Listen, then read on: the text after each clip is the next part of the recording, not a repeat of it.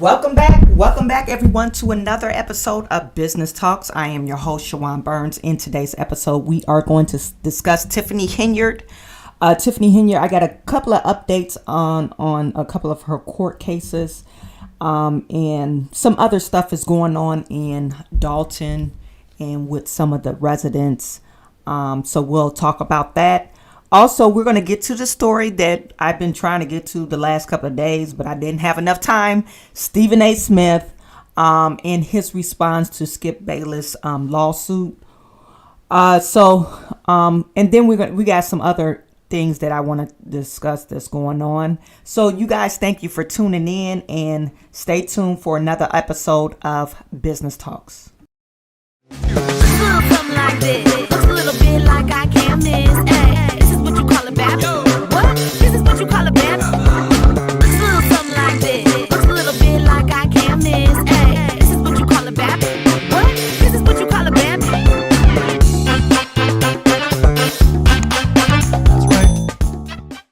Yo, it is great to see you guys. Put in the chat. Let me know where you're viewing from.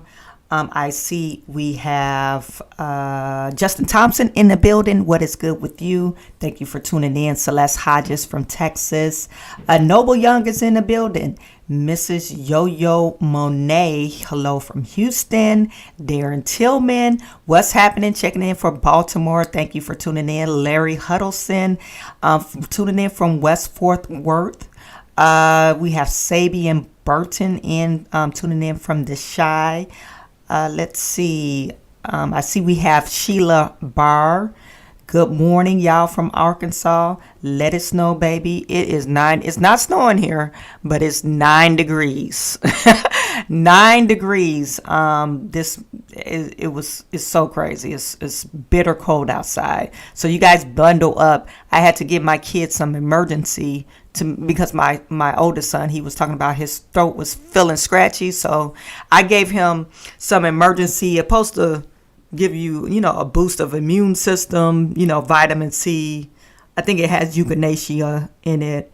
So hopefully he won't get sick. I'm just praying he doesn't get sick. But anyway, Mannequin Skywalker in the building. Hello from Scotland. Tyrell Harris, East New York is in the building. Thank you, Tyrell. Thank you, Sheila. Thank you. And Miss Christy. Hey, from Elkhart, Indiana. Okay, so we're gonna get started. I'm gonna start off with Tiffany since that's like our main story. Tiffany is a liar. We all know that. I put that in the thumbnail, but we all know that. But Tiffany lies so much is kind of a little bit on the ridiculous side. So there's some things going on between her and Jedidah. I guess after the meeting, the Dalton meeting that she didn't show up to, Jedidah and he had a group of protesters there. He ended up going over to her mother's house or her house where she lives at. I'm kind of unclear of what house it was, but anyway, he showed up to some of Tiffany's people's house, and he knocked on her door, and he asked to speak with Tiffany Henyard, and she wasn't there, or they said she wasn't there. And so they proceeded across the street, and they were protesting across the street. And so they called the cops on Jedidah, but they didn't, they wasn't breaking any laws. So they just kept, let them protest. But in the midst of that, I guess Tiffany got so upset that she had all her people call the FBI on Jedidah Brown, right? And then she took this report, I guess, and took it downtown Chicago to get a emergency restraining order against Jedidah. I think it's kind of outrageous, and people will feel, I don't care how you feel about Jedidah, but I mean, if a person is protesting, then you're a public servant, in which she's the mayor. You might get protest anywhere. So you're going to get restraining orders. Anybody that don't like you, you're going to get a restraining order. against. It's really odd. So they had this encounter. So Jedidah, I'm not going to play because I'm really strapped on time. I'm not going to play his clip, but if you want to view his clip, you got to go to INA channel. It's on YouTube. And while the son of the clip is playing, I'll find it and drop the link in the chat. But you got to go on his page to get the whole full story. But they're saying the FBI is looking into him because of Tiffany, which is wild to me. That's kind of crazy. And we know, I think it's all, to me, I think it's made up. I really do think it's made up because, and I'm not saying Jedidah is making it up. I'm saying whoever gave him this information or is trying to scare him, because we know Tiffany is being investigated by the FBI. So we know she didn't make the report. We know somebody else made the report.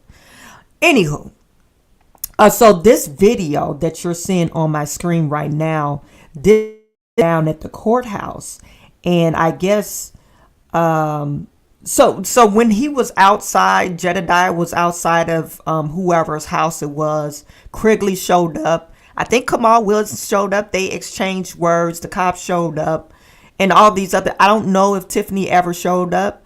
But anyway, I guess Kamal was trying to approach him like he wanted to do something at the police station, because the very next day they went to file she went too late, so the place was closed. So the very next day, that morning, she wanted to get a emergency restraining order against Jedidah.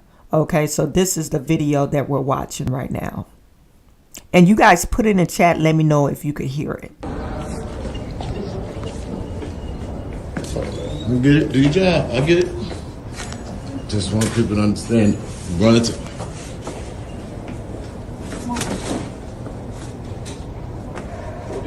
What he want? What's? Yeah, I bet. I bet. So you see Kamal, you guys put in the chat, let me know if you can hear that. You see Kamal approached him like he was about to do something. You know, what you about to do in the police? Number one,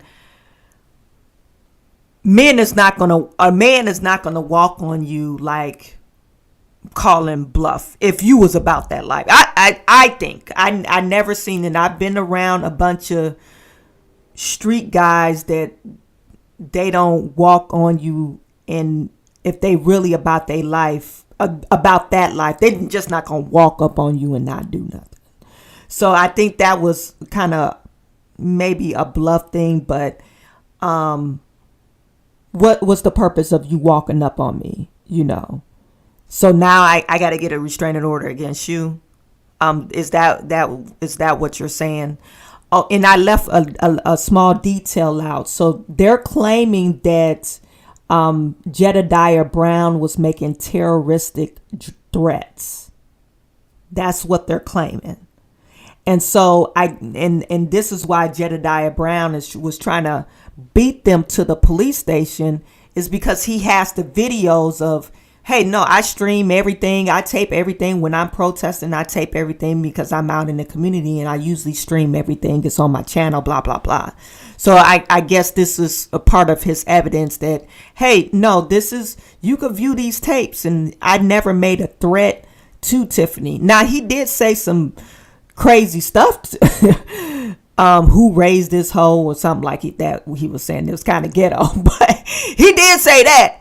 But any like threatening type of comments, no, he did not say any type of threatening comments. So I guess this is the reason why, you know, he showed up, and so he could plead his case against this emergency restraining order. Now, if Tiffany is able to succeed on this emergency restraining order, you guys put in the chat, because I haven't found out to see if the judge granted this restraining order. If she's able to succeed in that, now, you know, if Jedidah is trying to protest at the meetings or whatever, he essentially cannot go there. You guys put in the chat, I don't know about the law that much to say, oh, he can't go there in the public space. But I know he won't be able to show up to, her private residence or anything like that. Showing up to your private residence, that's a little bit extreme, but this is, what you do when you're trying to get some action moves. So anyway, that is that. You guys put in the chat, let me know what you think. Lisa Baskin is saying that Jedidah had left the courtroom and they wanted to go before the judge to get the restraining order. The judge allowed Jedidah to then come back in the courtroom and deny her the order of protection. So we're saying the judge did not grant her permission or her petition to prove her case at a later time with the court date. Okay, so she didn't get the restraining order and he granted you guys, thank you. Thank you for giving me that information. So the judge didn't approve it, which they shouldn't have, because it's really ridiculous. But she has time to prove her case at a later date. That's if he's actually making threats to her. And no, he's not. He's not doing that. I mean, he's doing a lot of things, but not that. I think it's really ridiculous for Tiffany to show up to court and say, oh, this is my biggest adversary, so I want to get a restraining order against him. You sound crazy, lady. And then you got your fake ass gangster husband or somebody else's husband that you're sleeping with to act like he gonna, boss up, like he about that life on another man. You just don't do that. You're not about that life. Like I said, I seen men go after other people and then they don't just like, oh, you just gonna hold me back with one arm. No, if they wanted to get you, if he was about that life, that cop wouldn't have been able to stop him unless he pulled out his weapon or tasered him. And I don't even know if it was a regular cop. I think it was a security officer. But I don't think he's about that life. Really, I don't think Kamal is about that life. And you're absolutely right, Mannequin. It's free speech. It's free speech. If I want to protest in a neighborhood or wherever I want to, it's free speech. If you're a public official, and I see you at the coffee store, if I want to say, hell no, we won't go and just pick it in front of you. Now, they got the right to kick me out of the coffee store. But I could protest you while you're at the store if I wanted to. I mean, it's a little intrusive, but people could do that. And then when you run for public office, you got to be in the mindset that, hey, everybody might not like me. I mean, and a lot of people definitely don't like Tiffany Henyard. Okay. So this next piece of information I have for you all. So Tiffany, we know that her eviction, she went before the judge, and I guess they're actually coming up with a settlement agreement. So the landlord is actually letting Tiffany stay in the house. But what was really crazy about this, now you guys tell me what you think about this, okay? You tell me what you think. Now this is off of, it says Yahoo News, but it's actually reported from Chicago Tribune. Oops, my bad. Dalton eviction case aimed at Tiffany Henyard close to settlement, attorneys say.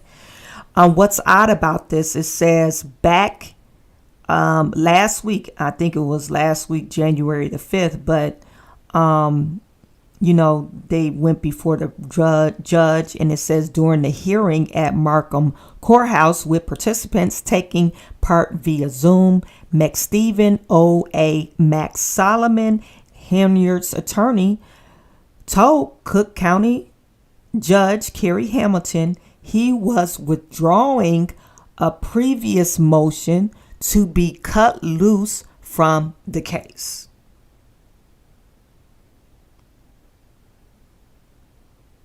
I just want you guys to let that settle in. Max, now remember she had this other guy, right? The the shady guy, the shady lawyer. And he came up and started talking like a Southern Baptist preacher. You know, the white guy. He was the attorney for R. Kelly or R. Kelly's people or whatever. And really, he came up. He was sitting next to Tiffany, and he said he wasn't working in a capacity as a criminal lawyer. But then all of a sudden, he disappeared, and then Max Solomon appeared, you know, and sitting next to her in the Dalton meetings. And so now Max, he's trying to get away from Tiffany, but maybe Tiffany does. I don't know what she has the will over these or power over these men, because it's mostly men that is, you know, that's attracted to her, and they end up saying, okay, we'll, you know, I'll stick around. So Max Solomon said, hey, I'm withdrawing. Solomon did not say why he was reversing his stance, and Hamilton allowed him to remain Henyard's lawyer. Okay, so he wanted to get away from her, and now he's staying on the case. Maybe it was some payment. Maybe it was an issue with the payment. The way her bank account is set up, her checking is not linked to her savings. Like, I don't know. You guys put in the chat. Maybe her bank account is set up and it's not linked to her savings. Okay. And she wasn't behind on the payments. But anyway, now, since he filed that on the 2nd, okay, so Solomon has previously been Dalton Village, or has been previously been at Dalton board meetings and sitting next to her and advising her, although not introduced her as counsel. The eviction lawsuit will come back before Hamilton on January the 14th. And they're saying Jedidah Hole is allowing them to stay because they paid the back rent. And they're planning to pay the rent on Friday. When was this made? January the 8th. So you late on this rent too? Friday is what, the 11th? You didn't pay. Anyway, I made a mistake and went back. But anyway, so you haven't paid your rent this way, but she's allowing them to stay. So I mean, note to self, you guys, when she, you know, we're gonna see this again. Then, you know, I guess Tiffany will be out of office and she will no longer be able to cry to the public. And I'm speaking about the landlord. You're no longer going to be able to cry to the public because, you know, Tiffany is no longer a public servant, but you are allowing her to stay in your house. Now, the settlement is because, or they're trying to negotiate because she has not yet allowed access to her home. So I guess Jedidah is trying to, or Mrs. Hole is trying to gain access to her home, and she has not been able to gain access. And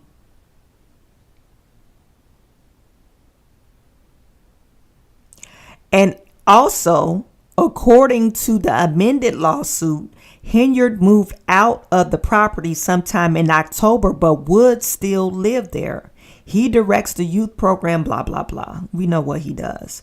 Solomon asked the judge at Tuesday's hearings that Henyard be removed from the case, but Hamilton did not rule on the request. No, you can't be removed from until this back rent is paid up and Kamal signs another lease. If Jedidah is a good businesswoman, that's what she would do. She shouldn't allow someone to just, hey, I can't. You, number one, you called the cops on me when I came on my property after I already told you I was going to be there and inspect it. You changed the code, and the alarm went off, and then you called the cops, and they said, if I come on my property, the property that I own and I'm renting to you, I'm doing you a favor. If I come on my property, you said you was going to arrest me, and you're going to still allow these people to stay there? That's really crazy to me. But anyway, this is her property. She could do what she wants. But just you guys know to self, when we see this again, we will see this again, saying Tiffany and her boyfriend is not making the payments. And then, I don't know if you guys remember when I shared Jedidah's live stream, she said she went on increase the rent. She does increase the rent every year. And Kamal is claiming that he can't afford the rent. And you're going to still let him stay there? I'm just saying, you guys, does this make any sense? It doesn't make any sense. I think it's a problem, another problem that's brewing for you to be in court again about this same tenant. Anyway, you guys make it make sense. Stephen Allen is saying mayor is a squatter. Make it make sense. I just said it. Make it make sense. You took the words right out of my mouth. I even read your statement. Anyway, Sandy Rodriguez, if you evict someone, you continue with the process. You don't let them stay. Exactly. The landlord needs someone to manage her properties. Because when you rent to friends and families, because she said Tiffany is a friend in the family, a friend of the families, you tend to get a soft spot. And to take all that out, to run, because you are operating a business, friends or family or not, to take all that, emotions out. I do have a property management company. If you have a problem with the property, you need to call my property management company. Don't be calling me. No, 1-800 property management. Don't call me. Yeah. Hey girl, are you going to go to the barbecue? Yeah, I'll be there. But don't call me if your rent late. Don't call me if the toilet's flooded. Don't call me on nothing. Your furnace ain't working. No, you call that 1-800 number. That's my property. I paid them good money to fix on my property. Negotiating rent? No, we don't negotiate rent. We not renegotiating leases. Property management, this is their territory. Anyway, you guys, let me know what you think. Tiffany master stealing, but it's out of control. Free money. Speaking of master stealing, right? Speaking of master stealing, this let me before. Did I save that? Yeah. Speaking of master stealing, remember the last meeting, and Tiffany's been shouting this out from the rooftop. Oh, before I came to the Thornton Township, you guys had a deficit. It was a $2 million deficit or whatever $1 million deficit in Thornton Township. Okay, so shout out to Lansing Journal. Shout out to them because they pulled out the old receipts. I guess they end up finding the old financials of the township. And it's not really that old. These are back before Tiffany took office, and they pulled it out. And they looked at all the financials, the net position, the total net position in the general fund. And like I said, remember, Tiffany's been touting like, oh, we got a $4 million surplus. And before I got in the township, Frank Zuccarelli had a $2 million deficit. No, you're incorrect, Tiffany. Fact check. Okay. All this stuff is recorded. Okay. So we see, actually in 2020, they had a $6.7 million surplus in the general fund. In 2021, they had a $2.2 million surplus in the general fund. And in 2022, when after Tiffany took over, she took over in March of 2022. They had a $5.4 million surplus. And then in 2023 to 2024, they had a $6.4 million surplus. Okay. This is all what they're claiming. Okay. And reason why they highlighted this in green is because they're saying this financial report not endorsed by audit firm. Okay. What do they mean by that? Okay. So this title is called Fact Check. Thornton Township did not face deficit in 2022 as Henyard claims. All major funds in surplus as Henyard took over from Zuccarelli. So they're saying Zuccarelli had surpluses too. So what is she talking about? It says for the past several months, Thornton Township Supervisor Tiffany Henyard has repeated the claim that her administration faced a budget deficit when she took over from the late Supervisor Frank Zuccarelli, who died while in office on January 3rd, 2022. Henyard was appointed on March 3rd, 2022, 2 days after the start of the township new fiscal year, which runs between March 1 to February 28 of the year. Okay, that's their fiscal year. And she has variously referenced deficit from the time in overall budget, the general fund, and the general assistance funds, claiming different amounts ranging from 1.5 to as much as $4 million. As an examination of Thornton Township financial audit reports from that time shows this claim to be false. Liar, liar, pants on fire. We knew Tiffany was lying. We know Tiffany just liked to throw out numbers because last meeting, when the trustees didn't show up, she said she started at $4 million at the beginning of the meeting, then it was $9 million. And remember the film I showed you, the video I showed you, somebody approaching Robert Hunt, and they said, "Okay, which is it, Robert? Is it $4 million or $9 million?" I can't seem to get it right. And Robert Hunt couldn't even answer if it was $4 million. Like, come on.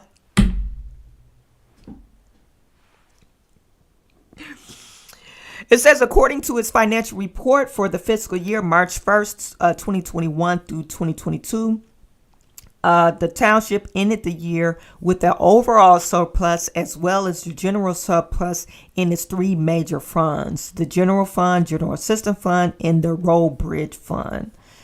And so their surpluses, a general assistance fund is $9.4 million.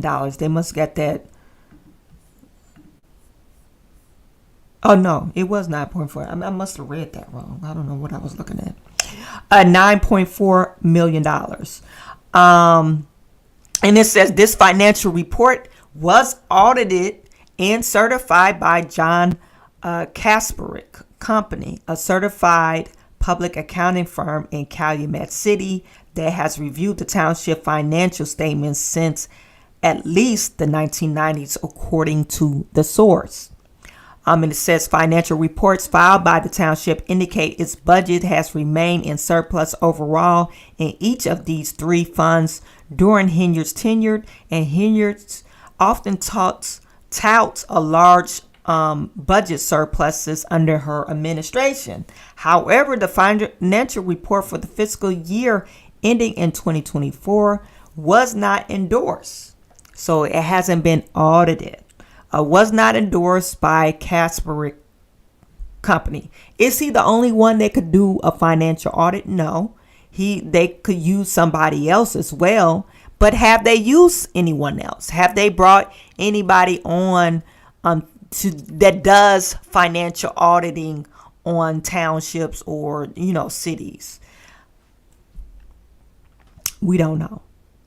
We just know Tiffany is touting that she has this surplus with no financial audit. Also, we know that she has not submitted a budget. Every year, I guess they're supposed to submit a budget to Illinois, and they have not did that. Anyway, we have not been able to obtain sufficient appropriate audit evidence to provide a basis for an audit opinion on the financial statements. So they're probably stonewalling them. He's asking for some information. It's Robert Hunt's job to provide this information. Tiffany is really, if he's asking Tiffany, should I give these people the information? This is totally wrong. This is totally wrong. He should not have to ask Tiffany, should I release this information to Kasperick to do this audit? It should actually come before the board. The board should say, yes, we approve this audit, and we're going to pay for it, and provide all information. But if you're stonewalling the people so they could provide an audit, something is wrong, you guys. Something is wrong. I think we're going to find out when Harris takes over that the township is in a worse financial position than they thought it was. Will they be in a deficit? I'm not for sure. But I think they're going to be in a far worse financial position than they thought they would be. Or maybe not. Maybe they already expecting the worst. I'll put it that way. Robert Hunt knows, though. Robert Hunt knows that Thornton Township is not in a $4 million surplus. He knows that. And he's afraid to, I guess, admit it. Okay. You guys put in the chat, let me know what you think. Etai said, in Dalton, Lori Lightfoot first report found that Tiffany has not filed the state mandated annual report since 2021. I don't think that's necessarily Tiffany's per se fault, because that's not in her job description. That would be up to Freeman. Freeman is the administrator. The girl that just disappeared, that had, she was over the financials.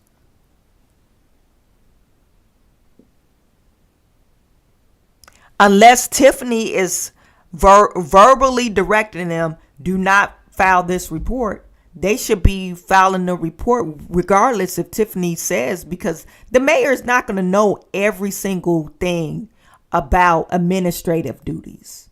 So that's Freeman's fault. And only Freeman could say, hey, Tiffany verbally told me not to file this report, or whoever they have as the CPA or over their financial director. This financial director, Tiffany Henyard, verbally told me not to file this report. Because why else wouldn't you file it? It doesn't make sense. This should be in your job. Well, not even your job duties and descriptions. I mean, if you know, like, say for instance, in my job or my old job, we had reports that we had to file every year. I didn't wait for my boss to say, "Hey, Chawanne, are you making that report up?"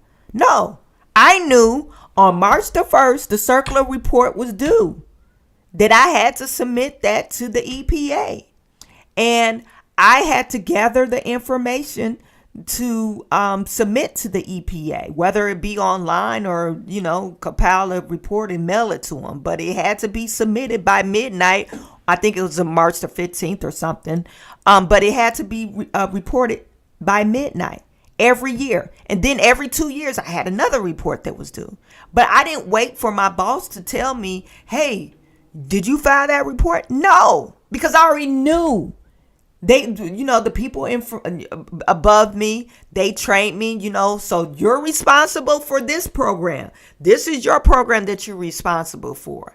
So the mayor is not going to know every little details. And why would they know about financial auditing? I wouldn't expect Tiffany, and I'm sticking up for Tiffany Henyard, but I wouldn't expect her to know, hey, you need to file an annual audit report. I think her advisors will tell her, that annual audit report is due or whatever. You might want to file that. Even, the people that they pay $30,000 a month at Dalton. Why the hell we paying you $30,000 a month if you're not filing the annual report, people? Unless they couldn't file the report because they didn't have sufficient enough information. Then that would be Tiffany's fault because Freeman was stonewalling them. They're trying to hide their financials. That's the only thing. Okay, but if Tiffany didn't know about the report and didn't say, oh, I forbid you to file that annual report. No, but if the $30,000 accounting firm that they pay, and I'm pretty sure it's their responsibility to file this annual report. If they're saying, hey, Tiffany did give us the information to file the report, then I can see that. It's her fault. But otherwise than that, I can't see it. Anyway. Q out of DFW. What is good? It's great to see you. Celeste, it said, what about the report where all the money spent on those credit cards? Has anything been said about that? No. They have not. They have not said anything about it. Tiffany just Tiffany ran Kamala's election budget.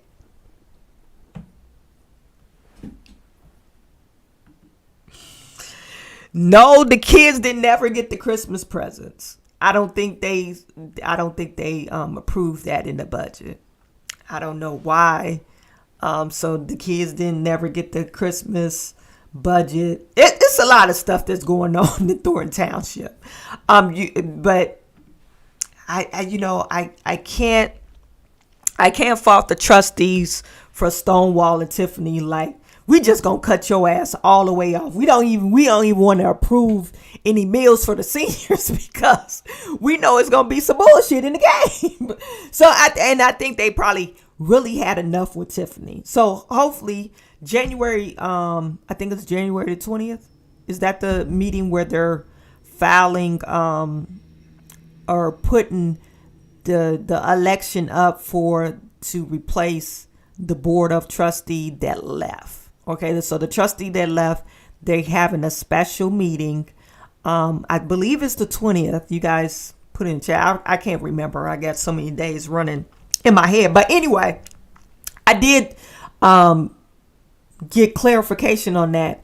The electors or board of electors is essentially the residents. So they need 10 or 15 or more people to show up to this meeting so they can make their appointments, and they have to appoint somebody that's going to be in charge of the meeting, and they have to appoint, and anybody could appoint, hey, I appoint so and so to be a trustee. I appoint this person to be a trustee. Then they go, whoever's in the crowd, they vote on that appointees. Okay. And so whoever's going to be in charge of that meeting, I think they probably, and the people will elect the person that day to be in charge of the meeting. They got to elect somebody who ain't going to take no crap, like Valerie Stubbs. Mrs. Stubbs, she's not going to take no crap from nobody. She don't care. She knows the rules.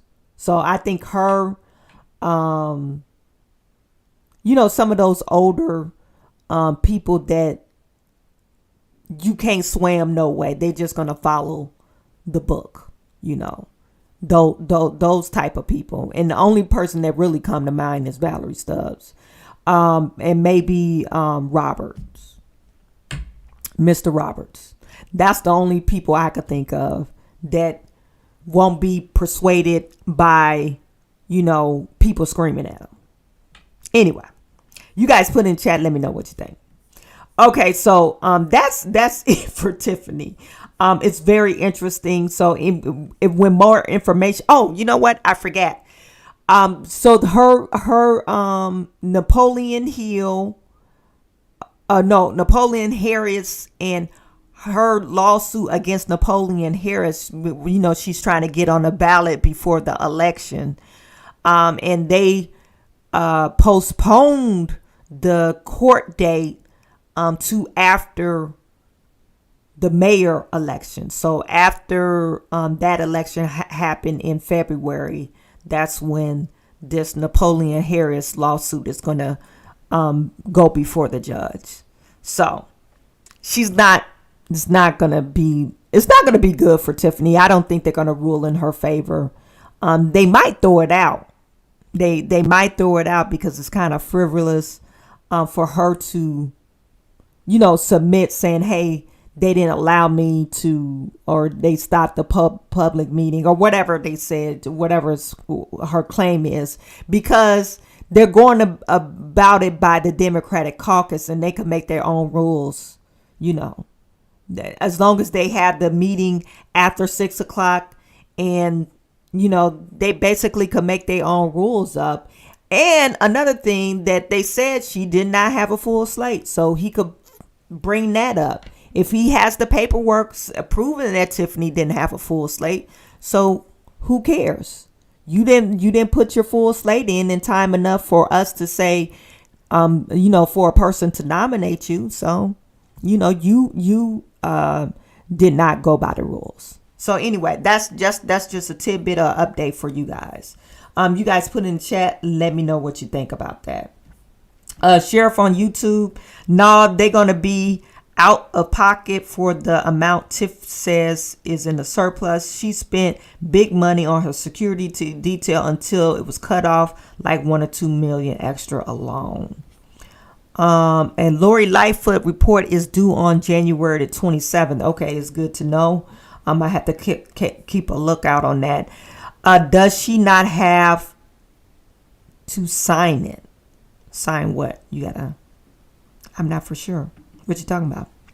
Prediction. If Tiff loses, she's going to leave town and or the country.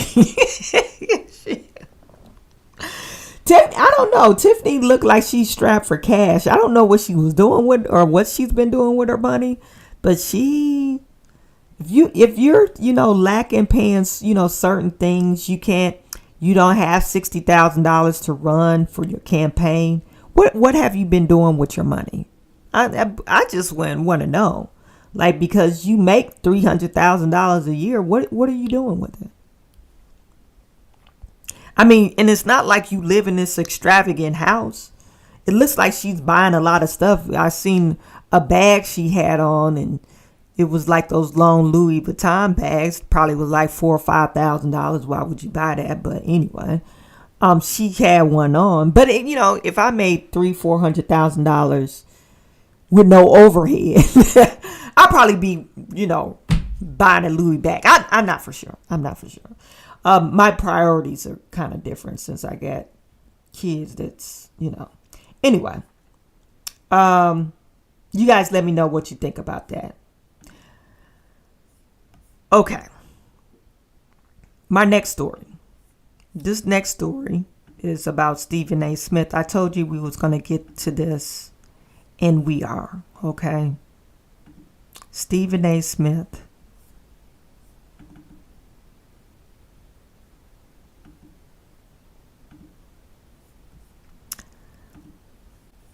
It's saying Stephen A. Smith heartbroken by lawsuit accusing his former colleague of sexual harassment. Not the Skip Bayless, I know. You guys know how I feel about Stephen A. Smith. I think he says things and he always tiptoe the line. He's never standing on, standing on business. He don't never stand on business. He don't never stand on business. He's always tiptoeing the line because he feel like, I don't want to piss too many people off. And if he pissed too many people off, he not retract the statement. He just tried to explain it away. Like, come on, Stephen A, grow some balls. Come on. You know, I said what I said. I said what I said. Come on. So this is Stephen A. Just to, you know, you got to refresh your memory. Skip Bayless is being sued. Being sued because he claimed, or this lady claimed, the hairstylist, and she's been a hairstylist for about 12 years at Fox, claiming that Skip Bayless was offered her $1.5 million to smash. to smash. I'm using my younger language. He wanted to tap that for $1.5 million. I don't believe that. I believe he did want to tap that, but I don't believe he offered her $1.5 million. If he did, I got some used goods to sell you for $1.5 million. Not my goods, but I know plenty of women would take $5,000, let alone $1.5 million. And I'm saying used goods because, you know, this woman, I think she got a couple of kids or whatever. And so she's not no virgin or anything like that. She's younger than him. So I could see him being enamored by a younger person. But once you reach the tax bracket and you're in California, I'm pretty sure he could find a young piece. I'm pretty sure he could find a young piece, and if he's willing to pay for it. So, I mean, this is why I don't believe this story. You're in California, and he offered you $1.5 million. And you say, oh, no, no. I have so much morals about it. There's nothing wrong with that. I commend her. But, you know, and then he started making your life miserable. Oh, you ain't going to take my $1.5 million? I just don't believe this story. But anyway, but I'm not saying that she doesn't have a violent complaint. I think these things did happen to her, minus the $1.5 million. I believe these things happened to her, but I believe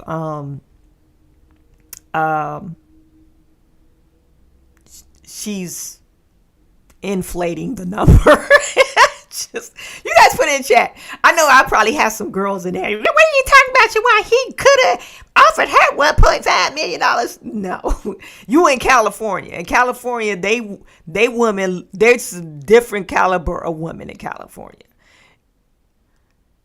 He could have found a piece for $1.5 million, and a fine piece for 1.5. Anyway, so Bayless, who left Fox Sports in August after 8 years with the company, on Sunday it was reported that the former hairstylist filed a lawsuit.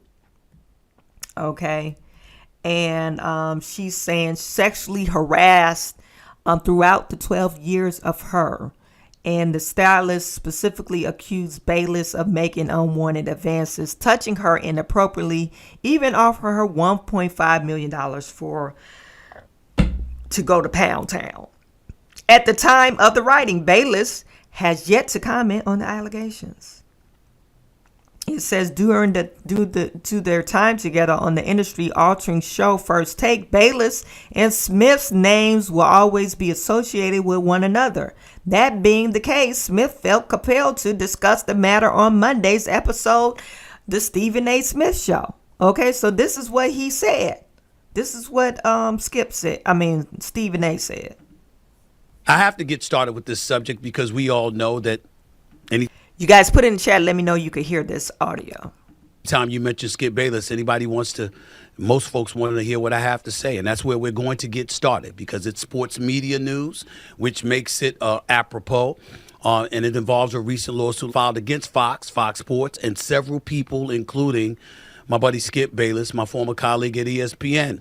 The suit filed by a woman named Nasheen Faraji, a former hairstylist for the company, cites several instances of workplace misconduct, okay? The 42-page, that's right, 42-page suit names several defendants, including Fox Sports Executive Vice President Charlie Dixon and even host Joy Taylor. Faraji alleges Dixon grabbed her buttocks at a birthday party, and when she relayed the encounter to Taylor, the Fox host allegedly told her to, quote, get over it, end quote. As for Skip Bayless, Faraji says he touched her inappropriately and propositioned her for sex, offering her $1.5 million, end quote. I'll get to Tori and her thoughts on for a second. First things first, let me tell you why I had to cover this.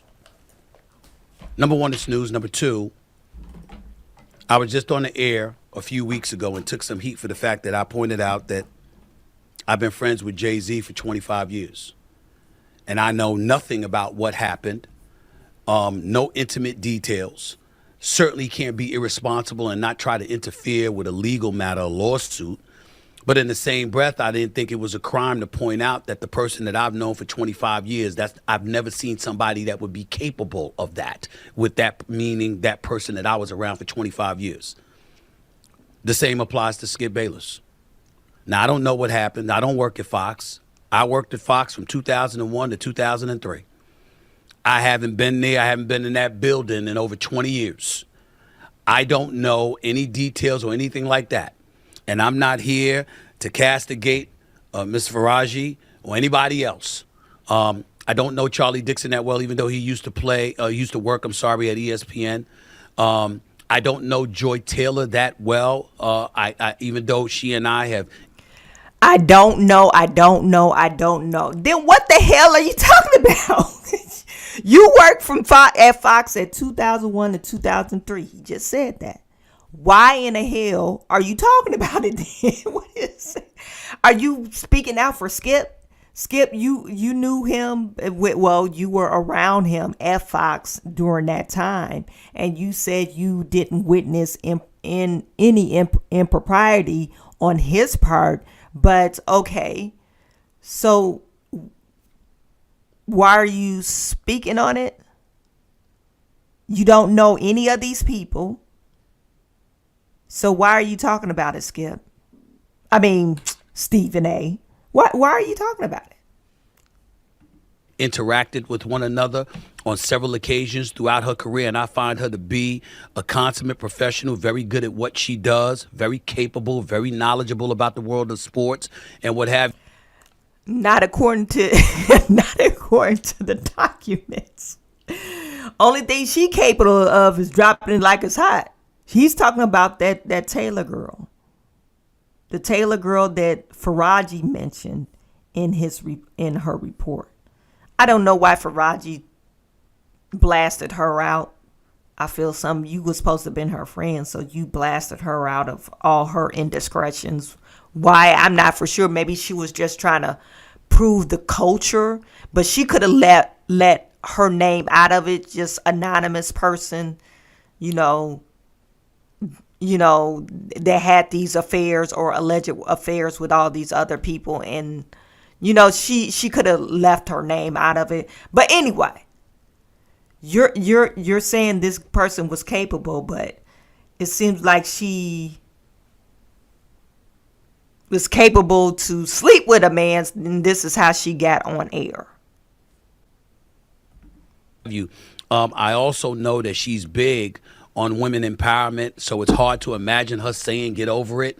But again, I don't know. But we all know that when you see Stephen A. Smith with a subject like this and the name involves Skip Bayless, that's what you want to know about. And here's what I would tell you. I don't know what happened. But just like I said, I've known Jay-Z for 25 years. I can't imagine that. I've known Skip for just as long. I can't imagine it. I can't imagine it. Especially when they brought up the $1.5 million. The Skip Bayless I know has a hard time giving away $15. He's one of the cheapest people I know. That's just me. But that doesn't mean that I have any inside knowledge about any of this. I don't, and I'm not going to get involved. I think it's incredibly dicey and irresponsible for people who don't know to act like they do know. But in the same breath, I also feel it's important that if you know people or you think you know people and you've had a long-standing relationship with those people, that it's not a crime for you to say the person that I know, the person that I've been around, the person that I worked with in his case, for 4 straight years, from 2012 to 2016, doing First Take every weekday morning at 10 a.m. to 12 noon. The person that I knew since our days at Fox Sports when we would appear on Jim Rome's show, okay, The Last Word and stuff like that, and we were in the same Fox building off of Pico Boulevard and Avenue of the Stars. The person that I've seen that really, really trusts almost no one and doesn't expose himself to anybody, eating the same breakfast and lunch every day. His vice is a diet Mountain Dew, and he doesn't socialize with people. That's the guy I know. So imagining him being in this kind of position is shocking, to say the least. All I could tell you is that it's not the Skip Bayless I know. But obviously, this is a legal matter he's going to have to deal with, because this situation doesn't appear to be going away. A lawsuit has been filed. This person, who's a hairstylist, the people that I've spoken to in the last 24 hours that have some knowledge about her, says that she's the kind of person that she's meticulous with her details, and she's going to chronicle things, and that's how she operates. I don't know her. I don't know them. I know Skip.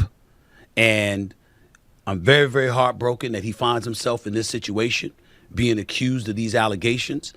But I can't be over the airways being irresponsible and attaching truth or innocence, or guilt to anything that I know nothing about. All I can say, and I don't think it's a crime to say, is just like I said with Jay-Z, the person that I've known for 25 years, I've never seen anything like that from that person, anything close to that from that person. That's the same thing that I would tell you about Skip Bayless. That's all I can say. I have nothing else to add, because I don't know what happened. I don't know what was said. I don't know whether something was misconstrued or anything like that. Okay, so he don't know, but he's saying that Skip Bayless is cheap. So I could have told. I don't know if Skip Bayless is cheap or not, but I could tell you a person is not just going to offer you $1.5 million and they got, all these other beautiful women probably to sleep with for free just to hang around you, because he is a famous person, older person, but he is famous. And if he wanted to pay for it, he could have got someone off the street, not a streetwalker, but another beautiful woman off the street and, and pay for it. And it wouldn't have been $1.5 million. I know that for a fact. But anyway, who is Skippy? Lenny Molly, love your skin. Walker, thank you. I think you're talking about me.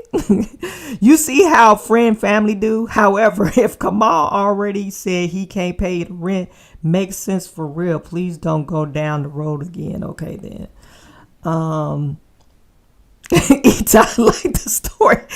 Okay, tell us something that you do know. You can't believe what you want to you can't pull the wall over my eyes. Okay. Who is Skippy? Who is Skippy? Back at Pal X. Okay. So Stephen A. Barber ain't Stephen A. Barber ain't shit. Yeah, he need to get some hair plugs to bring it up. But anyway, Stephen A., you don't know nothing, but you're sticking up for your friend. You're saying you can't imagine Skip Bayless doing this type of thing, making sexual advances with a woman. Okay. That's your perspective, but he does have a lawsuit that's going to be judged, and then the other people that she mentioned in this lawsuit, they've been called out. She might as well write a tell-all book. She probably get more money writing a tell-all book. But anyway, That's that. You guys put in the chat. Let me know what you think. I thought that was interesting, and I wanted to talk about it. So, yeah. Okay. So the very last story I just want to share with you guys, in this very heartbreaking, they are still fighting the fires in California. And now they do have a death toll that they're saying.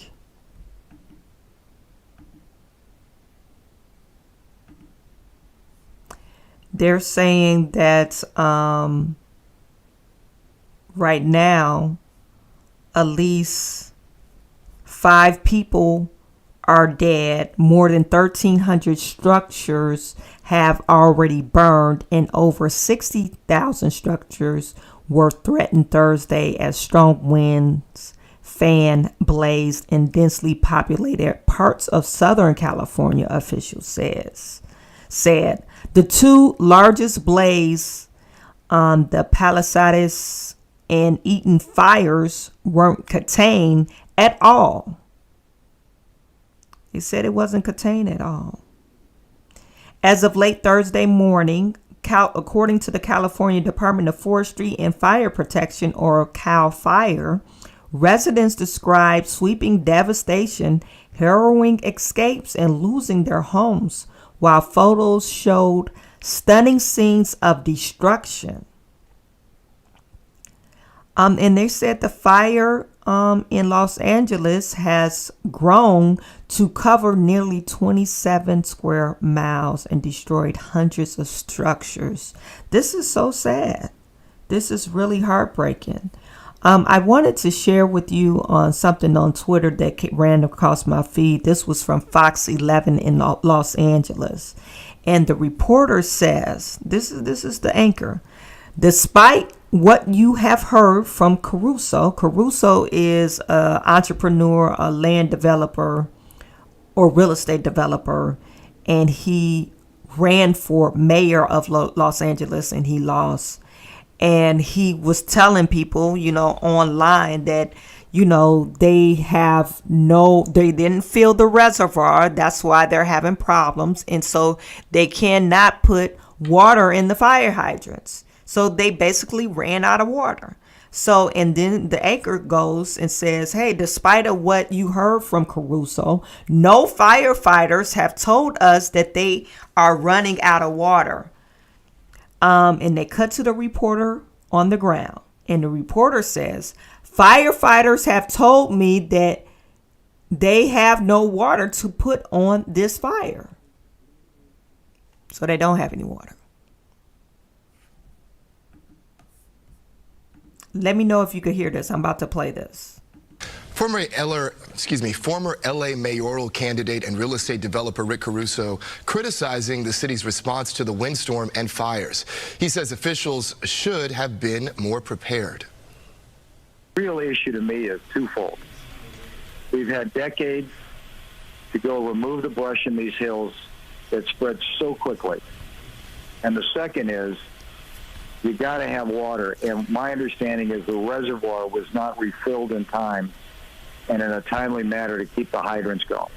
So that's a failure, whether on DWP's part or another city agency. But this is basic stuff. This isn't high science here. And it's all about leadership and management that we're seeing a failure of. And all of these residents are paying the ultimate price for that. Despite what you have heard from Caruso, no firefighters have told us that they are running out of water. And let's go out to Gigi Graciette. She is live in Pacific Palisades. I know your signal's not the best, but Gigi, what can you tell us? Well, firefighters have told me they have no water on this block, and you may be able to make out the ember storm that we're in the middle of right now. This house is going to be a total loss. They have no water to put on this fire. They are standing by because they're trying to save the home that is next to it. So, and it just cut off. So you're telling me that Caruso had it wrong, But I thought you were a reporter.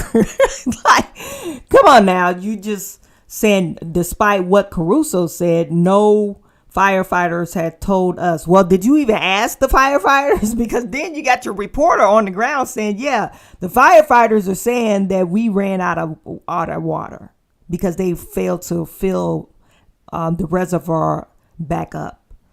This is very sad. I think it's poor management. Also, what's been discussed that not only that the reservoirs are being filled back up, but the cleaning of the forest, like the brush and all that stuff that's very hazardous or flammable, they don't do that. They said they cut the budget. I think I seen something that the mayor cut the budget for the forest budget to do the cleanup by millions of dollars. And so they just have a bunch of ignitable material, brushes and stuff like that they normally clean up, and they haven't. It's quite sad. So we're just going to send our prayers and our love to the people out in California. Hopefully they get the help that they needed. Praying for all the people that lost their lives and lost their homes and, everything that they probably had on this earth. We're just going to pray for their protection, and just hopefully we'll be able to help them eventually. I'm pretty sure somebody's going to start a GoFundMe account or whatever. And then when they do, I'll put it up on our channel. Anyway, so that's all for today. I really appreciate every single last one of you for tuning in. Just get used to this schedule. I think this is going to be my schedule for now on, at 12:30 or so. So just, stay tuned. Also, tomorrow is a big day for us, big day for Unpopular Opinion. I'm going to post something up online on our channel, but it will be our 50th episode, me and super producer 50th episode that we have been on Unpopular Opinion. You guys tune in. So we're going to try to do something crazy or, something that will, spark people's attention. So Unpopular Opinion, 9:30 Eastern Standard Time. You guys stay tuned. It's our 50th episode. I'm so excited about that. And you guys remember to like, subscribe, and share this video. Every single last one of you, I appreciate you. Even the haters, I appreciate you. You help me with the YouTube algorithm. Thank you. Thank you very much. I'm sending all my good to you. I will talk to you tomorrow.